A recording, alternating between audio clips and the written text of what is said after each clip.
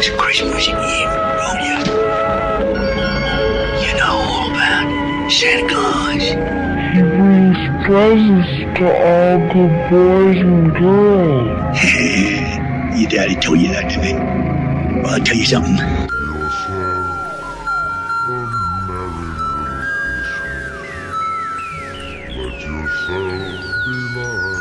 Santa Claus only brings presents to them that's been good all year. To the ones that ain't done nothing naughty. All the other ones, all the naughty ones, he punishes. What about you, boy?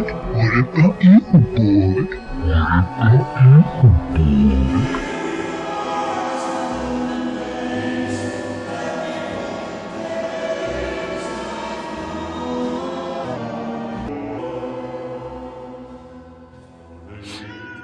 That's what I'm talking about. That's our producer. That's the show's producer. Here's go. Hello and welcome to Hello, This is the Doom Show. If I were to translate it with my Christmas horror movie translator, it would be holly and mistletoe to the doomed Santa. Y'all? I don't know. LeEtta's back. Hi, LeEtta. Hi. LeEtta is not just a great wife, she's also a writer and artist. And if you go to thelemesmachine.com, what will you see on such a place as that? Some drawings and links to many comics, one of which is going right now. Is that Levi? It's the Your Name Here, which is connected with the Levi, yeah. It's in the expanded universe. It is, indeed. Excellent. LeEtta and I collaborated on a comic called No Evil, and that is No Evil the Zombie, which is currently in the getting ready for printing stage. Although still wholly available on my site. Yeah, you can read the whole thing. You don't have to buy it or anything. But when it comes out, you'll be sure to hear from us saying buy it. It's really cool. LeEtta came up with a very original, awesome idea. And I loved it so much, I wanted to write a story for the characters to participate in. It's a Scooby-Doo mystery by way of a zombie story, so I think it's pretty fun. I think so. It was fun to draw. There's only one talking dog, and he just barks. Yeah, he doesn't actually talk. He only says the word bark a lot. So, his eyes are like paragraphs. They speak volumes. Yes.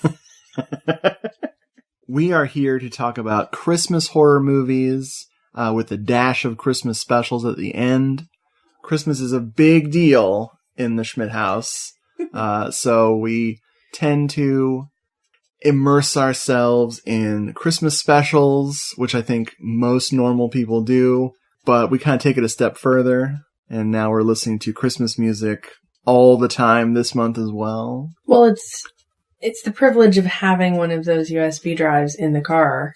You can completely tailor your listening. We haven't listened to radio in 6 years. No. So for each holiday, we have its own mix that comes out at holiday time. Yeah. Yeah, we love our beautiful ability to plug a frickin' jump drive. We were doing a MP3 player, but we found it was simpler just to do a jump drive. So that's what we do. That way we can control our environment. It's called living in the Christmas bubble, y'all. A lot of people don't know this. LeEtta and I actually met at a Christmas party. True story. We were invited to a Christmas party and we really hit it off. It was pretty awesome. It was on Second Life, so we hadn't met in the physical world yet. So then we went on Tinder and Friendster, and then we went on eBay. And then we went on Grindr for a little bit. I've never heard this story. You want to elaborate on how we met on Second Life? I've never been on Second Life. Who is this person? It's the other wife. She's fine. She's my Second Life. My Second Life wife. No, I'm just kidding. We met at work where everybody else meets. At their job. Yeah. I got the producer cutting in saying, stop the joke, start the show, stupid. And he's right, let's be honest. We made a list There could be a checking it twice joke in there. If I find one online, I'll pop it in there. We made a list and we compared it. And so we honed it down to 10 things that we're going to talk about that are all Christmas horror related. And like I mentioned earlier, we have some Christmas specials / movies that we also want to talk about at the end. Before we start with the 10 things that we picked, I have a list. That's a list sound effect of honorable mentions. These are things that I like and possibly you like as well, but that didn't make the cut. I have a few things on here I know you haven't seen, or you may be repressing that you've seen them. So here we go. Here's my honorable mentions. We have A Christmas Horror Story, which according to my notes came out in 2105. I think that's a typo. 2015. It's from the future. We just watched this for the first time. It was fun. Oh, yeah. Much fun. And I have Silent Night, Deadly Night 3, Better Watch Out from 1989. That's the one where Bill Moseley walks around without saying anything. Hopefully, Simon and I are going to cover that on the show one day. We're real excited about that one. To All a Good Night, David Hess. We just watched that again. It's the girls finishing school, rather obtuse Christmas movie. Yes. Going to be talking about that with Christian Bates Hardy on Good Movies for Bad People, hopefully this week. And here's one that you remembered, Deep Red. Yep. 1975, directed by Dario Argento. That is the... Oh shit, there's Christmas in this. Damn! Therefore, it must be a Christmas movie. Exactly, especially when it takes up 4% of the running time of a 2-hour movie. Repeats. It does repeat. Yes. I have The Dorm That Dripped Blood, aka Pranks from 1982, which is a fun one. I know Brad is really into that one. I watched it for Slashers in the Night, that Moviethon a long time ago. I got Silent Night from 2012, which is a remake of Silent Night, Deadly Night. And they have who was it? Oh, Malcolm McDowell is in that one. I love that one. That's so fun. We have Faceless, directed by Jess Franco. I'll drop my favorite music cue from that one in there. Destination nowhere, a half mile to paradise. That's the episode with Jeffrey and I listen to way too often. Like, Destination Nowhere. That's LeEtta's favorite episode. 1987, and it does in fact take place at Christmas. There's a driving through the streets of Paris where the Christmas lights are up. As Brad would say, it's called production value, Richard. Next up is one I know LeEtta doesn't remember, called Prime Evil from 1988, directed by porn/exploitation maestro. What's a female maestro called? Is it a maestra? Maybe. Female. You're the one studying Italian. Studying. That's air quotes. Studying. You're the one for whom the Italian books were bought. I'm the one who should be reading those, for whom the book tolls. Books. I'm talking, of course, about Roberta Findlay. She did a lot of very trashy movies. She did some really, really bonkers horror movies in the Are All These People on Quaaludes kind of a way. And Prime Evil is no exception to that. We have Elves from 1989 with the really slimy, weird elf running around, and the guy who looks like Gentle Ben running around. But is it the one with the two noses, slimy elf? That was a Christmas movie? You're thinking of Troll? I believe that LeEtta is thinking of Ernest, Scared, Stupid, but that's okay because she's awesome. Merry Christmas. Elves is the one where it was a Nazi experiment gone wrong, and they create. I know you're looking at me like, what? But it really is.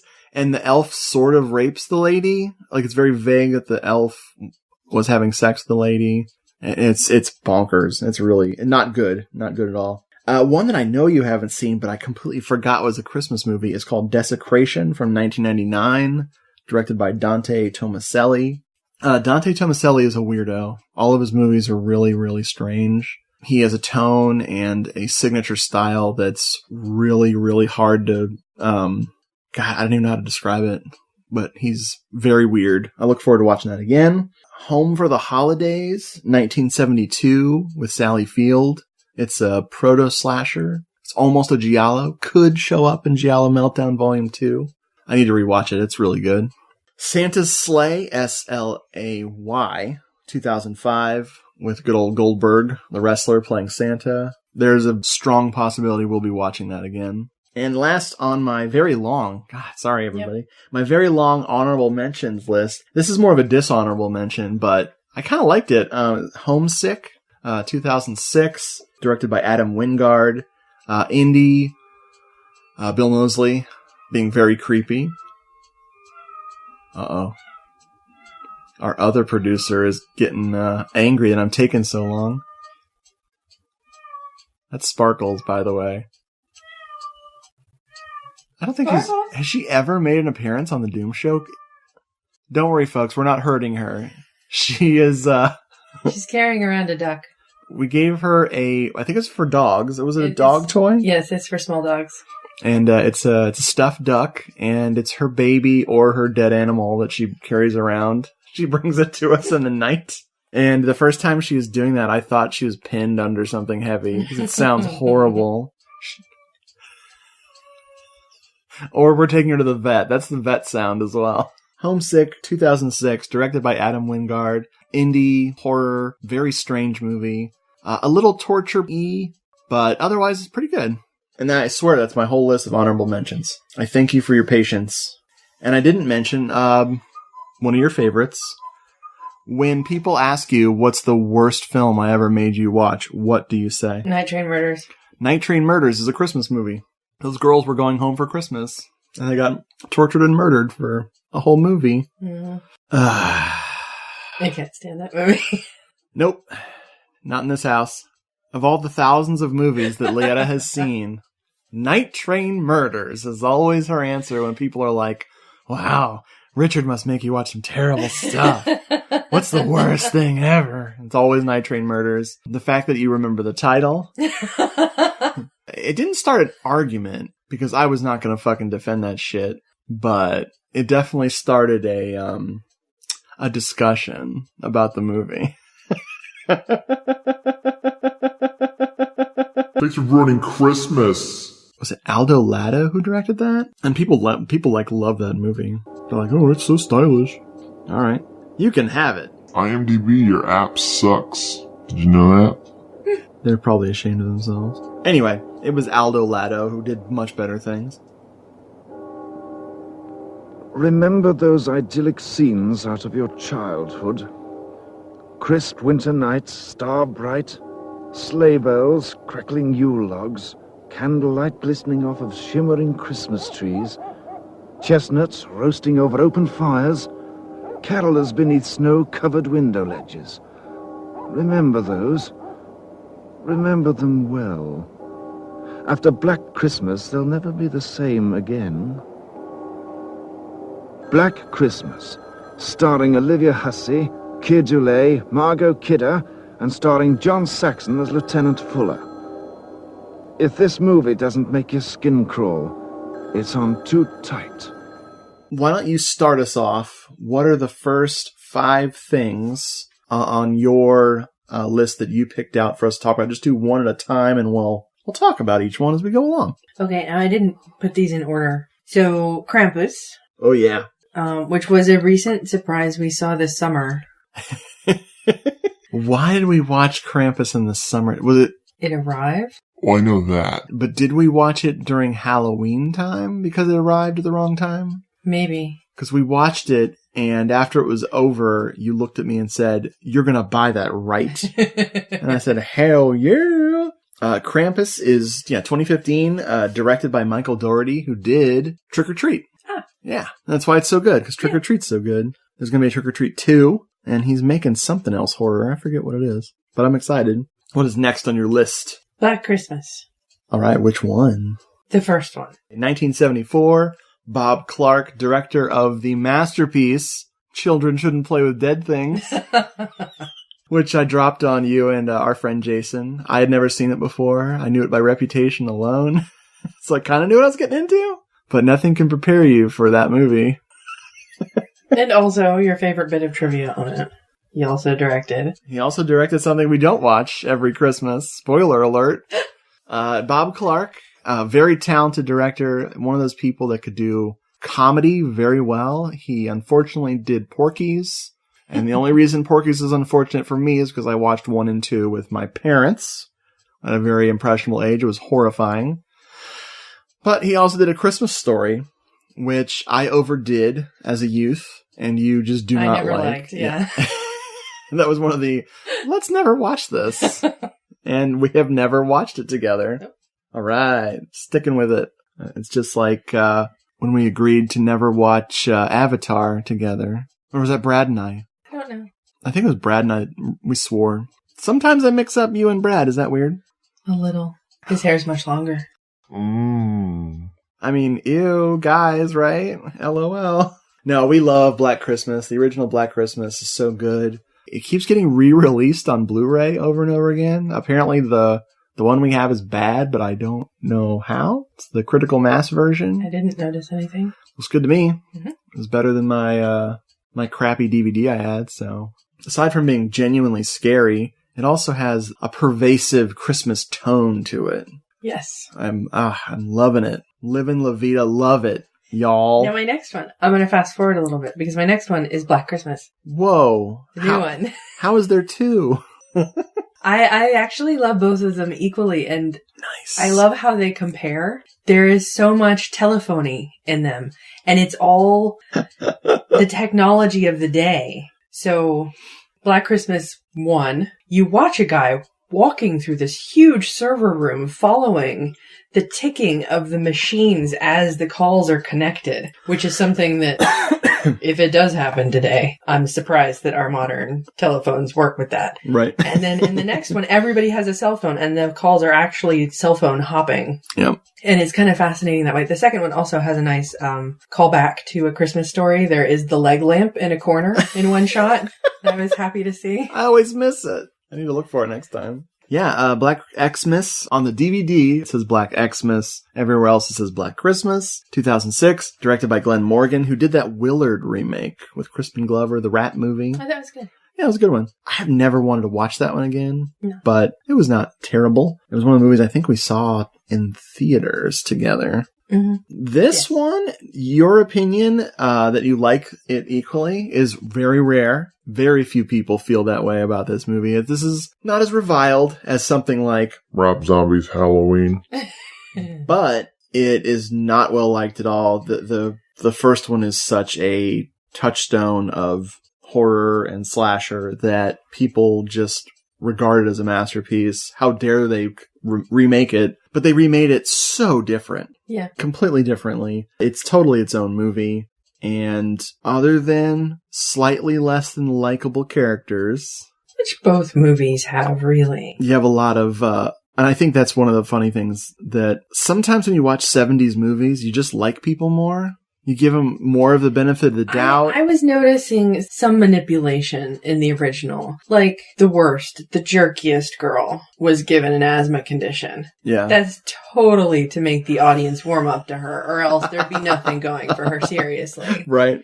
She's just a drunk. They didn't do that in the new one, which was kind of refreshing. Yeah, everyone's a dick. Yes. If you were trying to put up Christmas lights, or you're on the ladder to put the star at the top of the tree, and you fell, and some of the decorations got shoved into your orifice, be it your butt or your mouth or your ear or your eyeballs. That's what watching this movie's like. It's like Christmas being like very unlubricated, forced into you. It's really, really crazy. Never lets up. I defend this movie to the last. I think it's great. So glad you like it as much as the original. You're the only one. What you got next? Don't open till Christmas. Oh, yes. I was very surprised you put this on your list, because it is very special. This is a movie that, I don't know who the original director was, but he either walked or got fired. So, actor Edmund Purdom, who I call Gay Dracula, or maybe Brad does, or maybe we both do. Okay. He got put into the director's chair, and it's a very disjointed movie. It's an Italian movie. It feels like an Italian movie. I was going to say, because it feels like an Italian movie. It is a British film, Oh. but it does not feel like a British film at any point, except for the accents. 1984 was a great year for Christmas horror movies. And I don't want to spoil anything, which this is one of the points you wanted to talk about. I don't want to spoil this movie at all, but let's just say Nothing matters. Nope. Whatever characters you like, just who cares? Whatever the plot is, don't sweat it. It literally doesn't matter by the end of the movie. That's all we'll say about the plot. If you ever want to do that entire movie as a single episode, we'll spoil the shit out of it then. So, what's next? Silent Night, Deadly Night. All right. Punish. Oh, boy. And my quotes next to this one are "Leave Billy alone." Please, for God's sake. The poor boy. I mean, really. If people had just left him alone, it'd all be okay. Yep. Get that kid some therapy. Not a nun with a ruler to beat him with. Or a strap or whatever she beats him with. Which brings up something else I was noticing, especially in the older movies, is that it's all the mom's fault. Or it's something like parental strife. And here, the Reverend Mother of the orphanage, she's really standing in for the mom. All of these poor damaged people. This is 1984, directed by Charles E. Sellier Jr. He was kind of a sleazy producer. This movie, because they ran the commercials, I'm presumed during the day when children could see them, there was a huge backlash against this movie. And so I believe the production company relished the negative attention, and the movie made a lot of money because it spawned 4 sequels. Oh, yeah. I think it went up to 4 sequels. So there's Silent Night, Deadly Night 5, and then I believe that was the last of the official sequels. Then they remade it as Silent Night. This starts off super sleazy. Another film will be a little sleazy on our list, but this one is super sleazy with an almost rape of Billy's mother right in front of him. Mm-hmm. And I don't really blame her too much. No, when I said it's all the mom's fault, in this one, the mom is definitely the nun headmistress. Oh, okay. She's the mother. She's the mother superior. She's the superior mom. I think she's just a reverend mother. You see what I did there? I made an incorrect reference to the movie. Yes. I specialize in those on this show. Incorrect references? The mom could have fought a little harder against the attacker, though she did just see her husband get blown away, so... Come see, come saw. Child. Yeah, that's the thing we talked about. Yeah, mothers are known to exhibit strange feats of adrenaline when their child is in danger. And there were 2 children? Yeah, there was a baby. Yeah. That Santa would have lost a testicle at least. Yeah. Maybe had an ear ripped off. Yeah. Or like a cheek bitten out. Yeah. Or his own gun shoved up his butt and shot in the butt.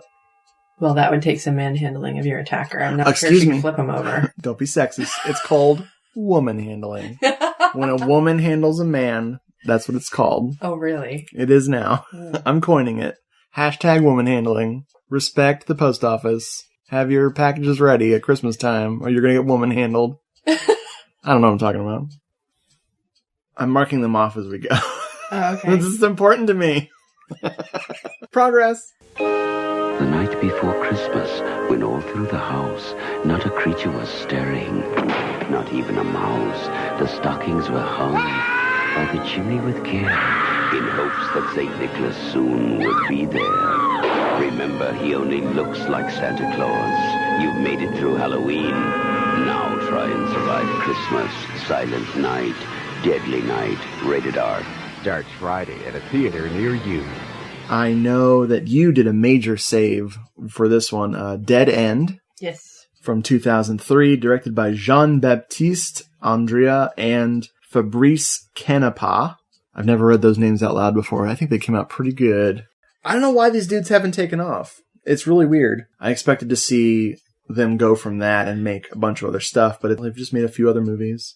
We got Ray Wise and the really severe lady, the actress. I forgot her name. Why did you pick this one? It was just odd. It sat with me, the whole misdirection in the film. I mean, it has you going. And, I mean, it's not shoving Christmas in your face. There are very little hints of Christmas. They talk about it. They're on their way. The car has presents in the back. There's a apparently really disgusting smelling pumpkin and chocolate pie. But the way it unfolds is really kind of fascinating. And then the reveal is pretty quality. It's Lin Shaye was the actress? I cannot remember. She plays the mom, and she kind of steals the movie from Ray Wise here and there. Here and there, yeah. Ray Wise is fantastic as always. Two things about this movie. One, I think it makes a great double feature with The Blair Witch 2, Book of Shadows. I think those movies, they seem similar in their own way. Fun stuff. Also, Dead End is 2003. It does not feel like 2003. It feels like a 90s movie, like a late 90s. They don't even do much technology reveal. I mean, they have cell phones, obviously, in 2003. They did show a very antiquated cell phone, but it was so quickly that it didn't really spoil when this thing happened. Yeah. I mean, family car trips to other family houses are the same no matter what year they're taken in. Now they're more tablet-y. True, or if you have those SUVs with the TVs in the back. Oh, God. Yeah, we love our jump drive, but we don't want the car with the TVs. No, I grew up playing the alphabet game, or punch buggy. I didn't have any type of fancy distraction. I grew up hitchhiking. My family couldn't afford a car. That's not true. We had limousines. I'm Richie Rich. Gold. I have gold. No, I don't know. I don't know where I'm going with that. I don't know if you picked this one. Did you pick P2? I did put down P2, yes. All right. P2 is from 2007, directed by Frank Calhoun and written by Alexandra Aja, who did High Tension and some other. Very, very much along his lines of slashery, home invasion-y kind of horror. Although this time it's not a home being invaded, it's just being trapped in a car park. Parking garage? A parking garage, thank you. I have trouble with car park and carport. Sometimes I call it a carpork. Mm-hmm. That's a private thing. I'm not going to talk about that. Rachel Nichols, she gets trapped in a parking garage with Wes Bentley as the villain. And no spoilers there. It's Wes Bentley and his dog.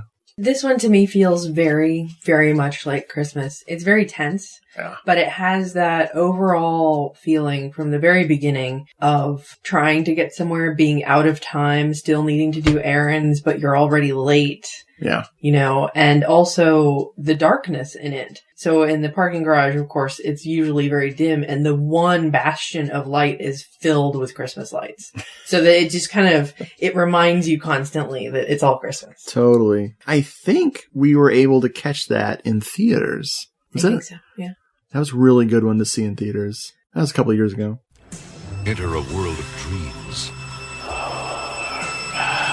Laura, tell me what you saw in your dream. I told you, Dr. Newberry. Santa Claus. A world of silence. Subject may be making contact. I don't want to see the future or the past. I just want to be normal. A world of madness. No one is normal. A world that can't be ignored. She likes it, loves it. She can't resist it. She wants to penetrate his mind, see what he sees. He was a little boy, and then something happened. Something terrible. Because when the dream is over, I don't know what's going on here, but whatever it is, the nightmare begins. The Yuletide terror returns. His brain was surgically reconstructed. If you don't mind my saying, I'd have pulled his plug. Then his life was of value. With the saga that shocked a nation. Robert Culp, Silent Night, Deadly Night, Part 3, Better Watch Out. Supported by full trade and consumer advertising. POP includes a full-size poster.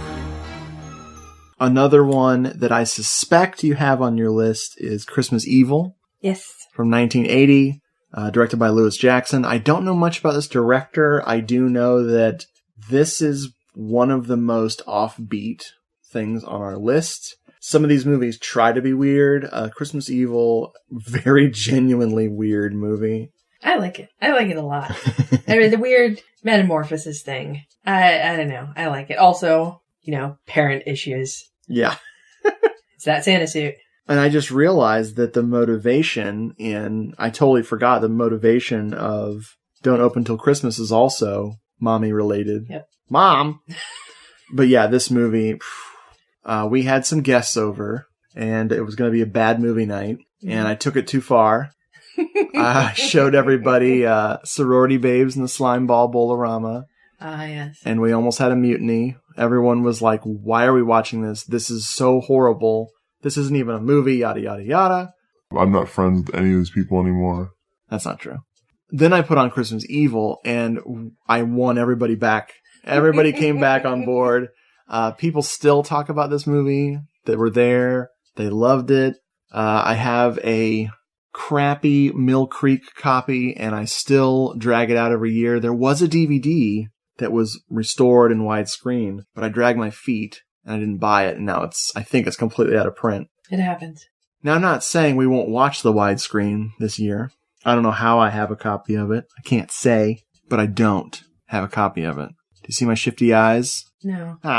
Nothing I figured out. This is not a video podcast last time. I was just joshing. Pretending I remember the name of the guy. Pretending I remember and respect actors. I don't respect anybody but my wife, 'cause she's sitting right here, and I'll be in trouble if I don't say it. The actor who plays Santa, a.k.a. Harry, in that movie is Brandon McGart. And holy shit, man. He is so good. His deranged Santa Claus is very genuine. Very genuine. His mania and his impulses are so innocent. Yeah. I mean, it's a villain that really wins you over, and you don't get those in horror movies all that often. The way the movie starts, you expect the movie to be more sleazy. You expect him to have this sexual tinge to his insanity. No, just wants things to be good and pure. Mm-hmm. He's just misunderstood, babe, which is what they'll say about me eventually. They're not saying it now. All right, one thing I think is unique to my list and is not on your list, possibly, is Silent Night, Bloody Night. That is a true statement. 1972. I'm also about to discuss this over at Good Movies for Bad People with Christian. Can't wait. This is directed by someone named Theodore Gershuni, or Gershuni. I don't know jack about this director. I just know that the first time I saw this movie, I was in love with it. Mary Woronov is the lead. She can do anything. I'd watch her do dishes. She's so cool, so odd looking in the best way. And it's just a trippy freaking movie. It's so off, drugged out, bonkers. There's some Andy Warhol connection. So I don't know if the director was a friend or just, mutual interest in making abstract, bizarre shit. But this is a really fun one. And what do you think of that one? There's an interesting story reveal. I don't know, I never really warmed up to it too much. There's some very interesting dialogue. I mean, really, it doesn't make much sense a lot of the time, but the two characters are conversing with each other as though they understand. And overall, you get what's going on. It takes a lot of narration from Mary Woronov and another character, just like at least half an hour of that movie's narration, so we know what the hell's going on. It's great. Yeah, maybe that's how they compensated for the dialogue. They kind of got it. So the last thing I was glad you mentioned, this is not a movie per se, but if you take all these pieces together, you have just an overwhelmingly spooky and great thing. There's a country called England, and they have a television station or a media station, I guess. It's all things now because of the internet, and it's called Bibica. The Bibica. The Bibica. It's BBC. Ghost stories for Christmas. Oh my God. It's a tradition that didn't quite make it over here enough, is to tell the ghost stories during Christmas. That is a very... Hey, I'm talking here. That was a very super traditional thing to do from way back even in pagan times, probably. And Americans, instead of telling horrifying stories, we go out and cause them by stomping on each other while we're shopping. I hope every country does that. No, they don't. Oh, come on. You can't imagine them doing that in Guam, in their shopping mall. You and I watched Anglophenia together. Oh, yeah. That was a good channel. Yeah. Anyway. Check out BBC Ghost Stories for Christmas. We bought the DVDs, I think it's Region 2. Yeah, we bought them from Amazon UK.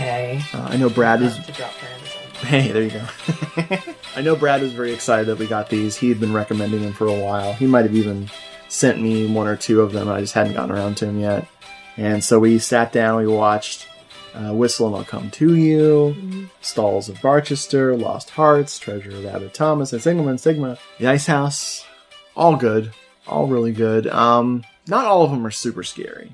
No, they're spooky. Yeah. A couple of them are more obtuse, make you think. And that's one thing that British people have never understood about Americans. Don't make us think.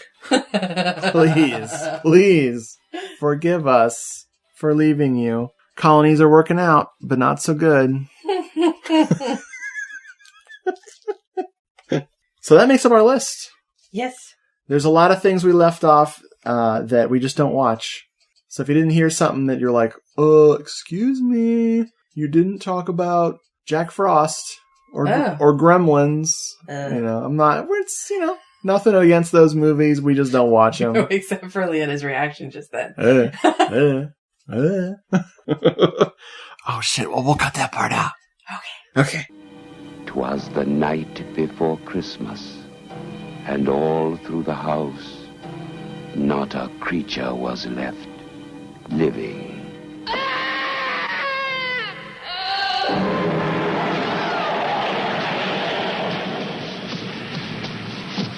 His hands. Somebody cut off his hands. Silent Night, Bloody Night, starring Patrick O'Neill and Astrid Heron. Yeah, Butler wasn't kidding. Nobody's lived here for years. Don't laugh at me. I want your ID. Some maniac escaped from Margaretville.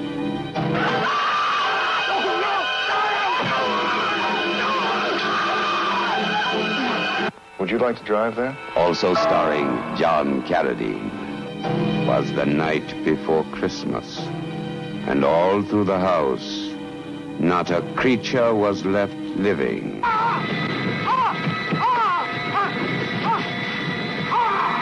Silent Night, Bloody Night. Before we leave all of y'all Christmassy people, we're going to talk about some Christmas specials and movies. Totally not horror, just stuff we watch every year. Some of them, one in particular on my list, is horrifying, but it's not a horror genre. So what have you got? Cranberry Christmas. And in the little town of Cranberryport, as in towns and villages the world over, that can only mean one thing. Christmas is just around the corner. Oh my God. Which I still think is a Barry Manilow pet project. Close to my heart because my mom loved Barry Manilow. Not really great animation at all. Oh and it's a very tried and true setup for this story. There's a Grouch in town. It's a whole Scrooge story. As far as I know, Ocean Spray Cranberry Juice is prominently featured in the end credits as brought to you by. Oh, probably. Probably in the beginning credits too. I was texting Brad plot points to this Cranberry Christmas because he had no idea what it was.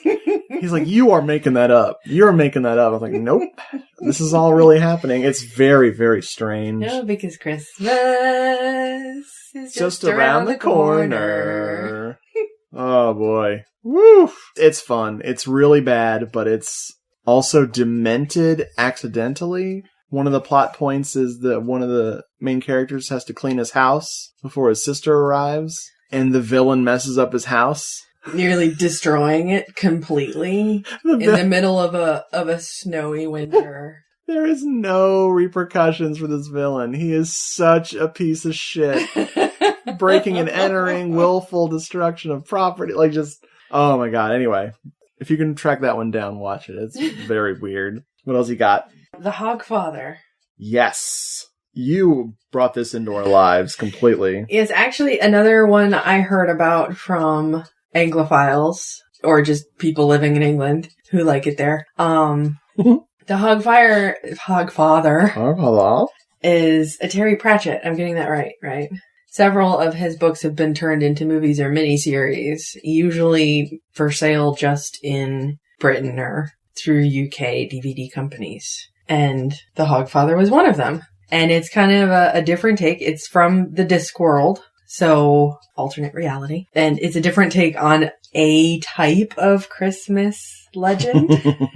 So the Hogfather is a ginormous pig man who, similar to Santa Claus, stops at all the houses during Christmas and leaves gifts or something. And in return, he gets treats left out by children. I'm not sure of what variety. It's been a year since I've seen it.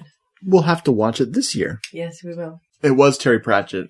Cool. Directed by Vadim Jean. I'm not sure I'm pronouncing that right. From 2006. And it is just eccentric as all hell in the best way. I know very little Terry Pratchett, but man, this is good stuff. It's long miniseries, so it's like 2 or 3 hours. Yeah. But you're never bored. It's just so odd. Good stuff.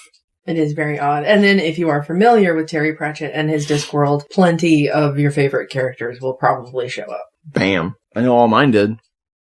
I didn't know who they were, but I loved them. What else you got? The Ref.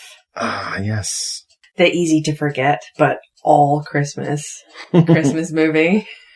And it's just wonderfully sarcastic. Oh my God. And another example of an awful family. Yeah. Making another serial killer. Or in this case, a criminal mastermind. Yeah. Blackmailer. 1994, directed by Ted Demme, with good old Dennis Leary, Judy Davis, and Kevin Spacey. Not even looking at my phone, just pulling that right out of my brain. I like this one a lot. It's a little dated with some of the Dennis Leary stuff in it. I think it was capitalizing on his stand-up. So I think if this movie had been done after he was a bona fide star, it'd be a little bit different. Because now he's more known as being an actor than he is for being a comedian. Yeah. Although it doesn't give him that much time to himself. No. I mean, the two other main adult characters, Kevin Spacey and... I'm remembering Judy Davis. Judy Davis really steal the show a lot. Their relationship is so hilarious. And is it Gwyneth Johns? Glynis Johns. Glynis Johns. Glynis Johns. I should remember that. Amazing, amazing actress. She was in Mary Poppins. She was in that mermaid movie. Oh, yeah. Oh, goodness. Miranda. She was Miranda. That is such a weird film. With her weird air-like squeaky voice. She played the amazingly awful mother-in-law in The Ref. And just the whole family dynamic. Amazing. And terrible. And you got the lady from Addams Family Values, the camp counselor. Yes. Who was also a standing character on Sybil. Oh my God. No, now we gotta now you have to go look up her. I gotta look her up too. I'll feel bad. Christine Baranski. Yes. She is. And also amazing. In the Grinch live action movie. Nice. That didn't make our list, I don't think. I'm not actually looking anything up on a phone. Ooh. Fancy. Some people still have memories. What else you got in your list? Smoky Mountain Christmas. Oh my God. Well, this is because I grew up with Dolly Parton. She was my bestest friend. What? I want to hear more about this. No, I'm kidding. I was a latchkey kid who stayed home a lot and watched 9 to 5. Oh, so you imagined she was your friend. Yes. That's really sad. No, there's something about movies made that was 80s, yes? Or was that before 80s? God, I just tried to look up Smoby Kermangerberlingverfliss. That's not going to help you find anything. No, hold on. Or I should say, movies that played routinely on non-cable television in the 80s. Like Elvis movies and Dolly Parton movies. Smoky Mountain Christmas, probably not going to argue it is a really good movie. but it's got that wonderful, like, family Christmas special that you might run into late at night on the Hallmark Channel or something like that. Yeah. It's way better than a lot of the Hallmark stuff now. Yes, it's of that era. But it's still dumb as balls. Yeah, Smoky Mountain Christmas, 1986. Dolly Parton, Lee Majors, some other amazing people. Also with its own songs. Yep. It's important for Christmas specials. Oh my God. I love when they sing the, what's that one song? Nothing dirty going on. Wrong movie. Oh, shit. Oh man, so she's not a madam in a brothel. No, not in Smoky Mountain Christmas. In fact, I believe she might be playing herself. She is a country singer who is tired of being pursued by paparazzi and is just trying to get away. Oh, the music video she's doing at the beginning. Oh, that's terrible. Oh, it's so good. Yeah. Highly recommend this one. It's got your 80s cheese in it. Yeah. And Dolly Parton, of course. She can play yakety sax on a little mini saxophone, so she's the best. Y'all remember the Benny Hill Show? Man, she can play guitar with 4-inch nails. She's the best. She can do anything. Jake. Oh, come on, Jake. It could have been better, but it could have been a lot worse. I mean, everybody has hard times. Everybody hurts. Do you have any more on your lists? I do. I have the quintessential White Christmas because we could watch that for days and days on end without ending the movie, and it would be wonderful. White Christmas? White Christmas. I don't know. Just kidding. Oh man, this movie. So, you'd seen it before. Yes, it was a tradition in my house. I had never seen it before. So, you introduced me to it, and the same year you introduced me to it, we went to your dad's house for Christmas. And they foolishly gave us the remote, and we put it on the channel that was playing White Christmas all day, and we even went out and came back and put it back on. So we ended up watching it like 7 times. It was awesome, and everyone was getting so sick of it, and we were just in heaven because it's such a fun movie. It's directed by I looked this up. I did not know this. This is pretty cool. 1954, directed by Michael Curtiz with a Z. He directed Dr. X, which is a great, great early color horror film. He directed The Walking Dead. Not that Walking Dead, the other Walking Dead. Oh, my. And he directed Mystery of the Wax Museum. So he was a horror guy who broke into legitimate filmmaking afterwards and then made like 150 movies. Michael Curtiz was a massively prolific dude. Every genre you can think of. And White Christmas is Bing Crosby and Danny Kaye. Luckily, it's not Bing Crosby and Bob Hope. I don't think we'd enjoy that as much. No, probably not. It's not an abomination like Holiday Inn. Correct. People are like, why does no one talk about Holiday Inn? That's a superior movie, right? No.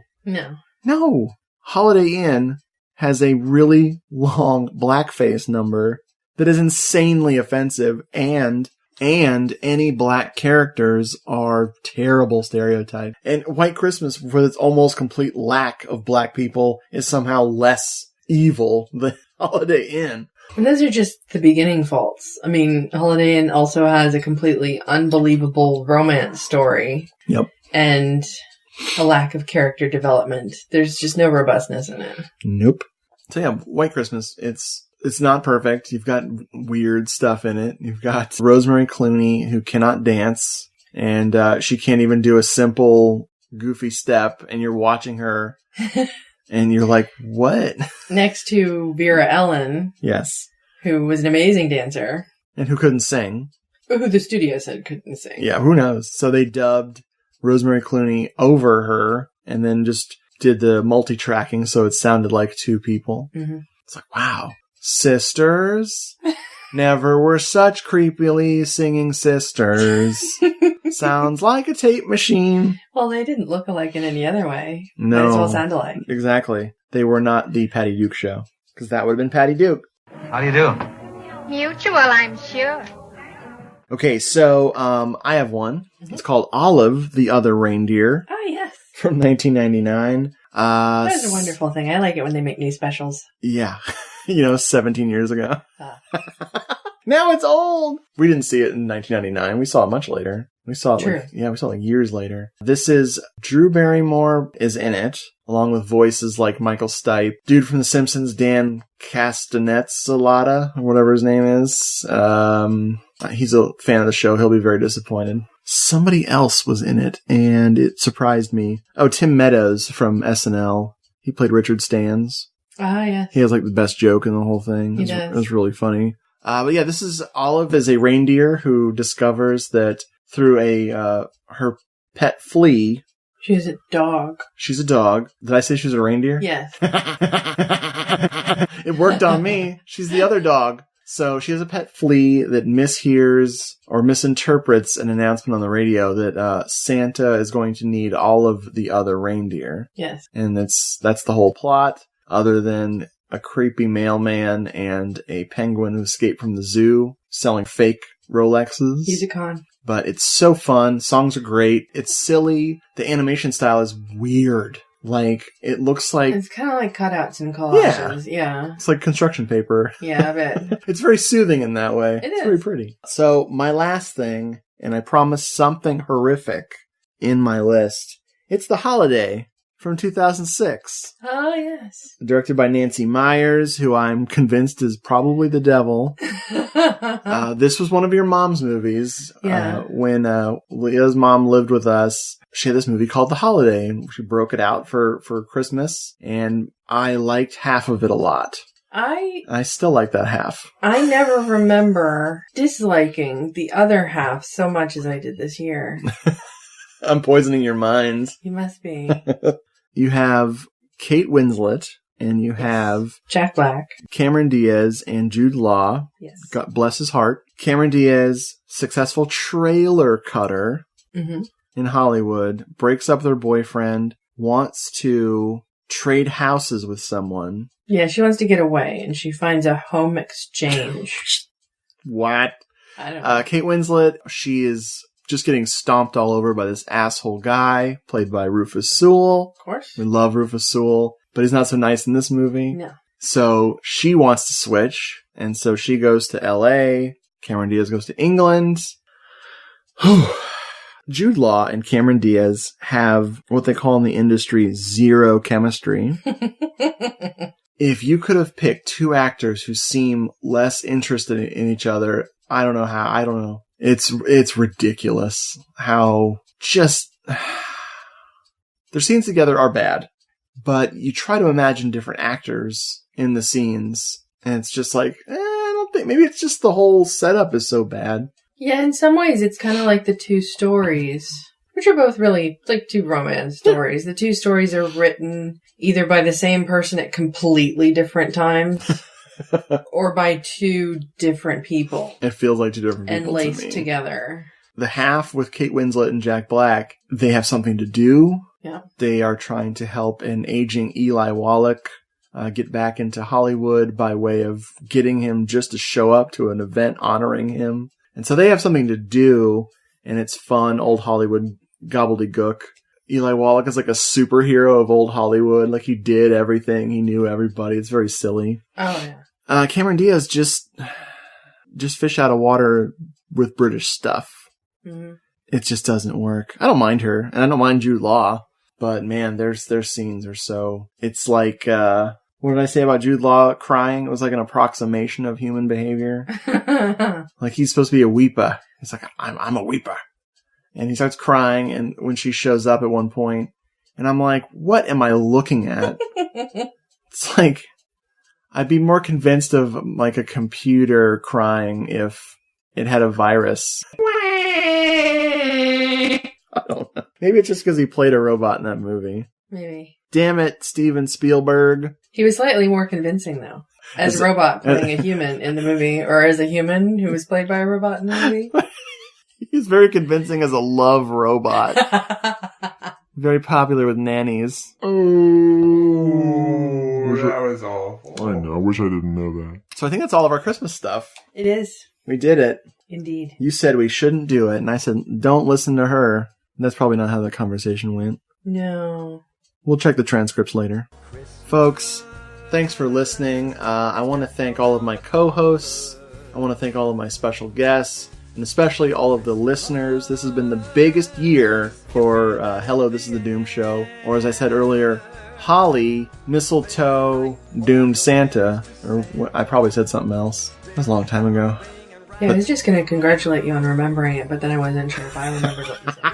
Let's remember it together next time. Thank you for listening. I can't tell you how much of a warm-hearted experience it was to have my heart warmed by your ears and your listening. And especially all of your letters, which I got no letters, but doomedmoviethon@gmail.com. I'll take your letters. I'll even read them on the air, which is very exclusive. Not a lot of people have emails read on the internet. Yeah. But most of all, thank you, LeEtta, for agreeing to be on the show again. Oh, thank you for having me. I'll think of another holiday genre we can do a show on. So we did Halloween. Yes. And we did Christmas. Yes.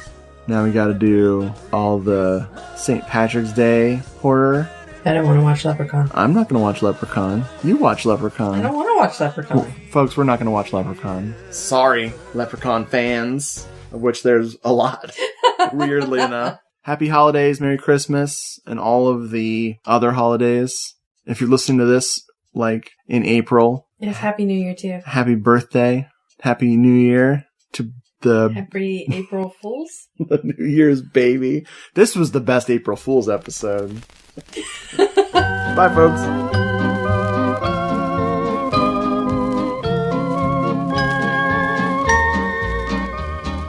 Christmas time in Florida, how the stars shine tonight. Christmas time in Florida, and the dawn will be bright. Every flower will smile a greeting, all the birds will sing Noel. There'll be happy voices caroling, all the songs we love so well. Christmas time in Florida, hear the bells ringing clear. Christmas time in Florida, it's the high time of year. Though the air will not be frosty, and the fields will not be white, it's Christmas time in Florida tonight. Christmas time in Florida, how the stars shine tonight. Christmas time in Florida, and the dawn will be bright. Every flower will smile a greeting, all the birds will sing Noel. There'll be happy voices caroling, all the songs we love so well. Christmas time in Florida, hear the bells ringing clear. Christmas time in Florida, it's the high time of year. Though the air will not be frosty, and the fields will not be white, it's Christmas time in Florida tonight.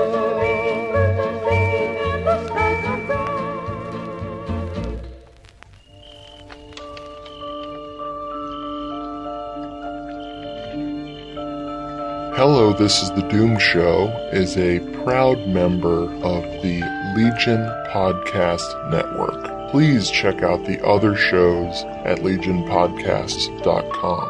If you want more of Hello, This is the Doom Show, check out doomedmoviethon.com or hellodoomedshow.podomatic.com. You can also follow us on Twitter at doomedmoviethon or email the show doomedmoviethon@gmail.com. We're also in the air. Look up.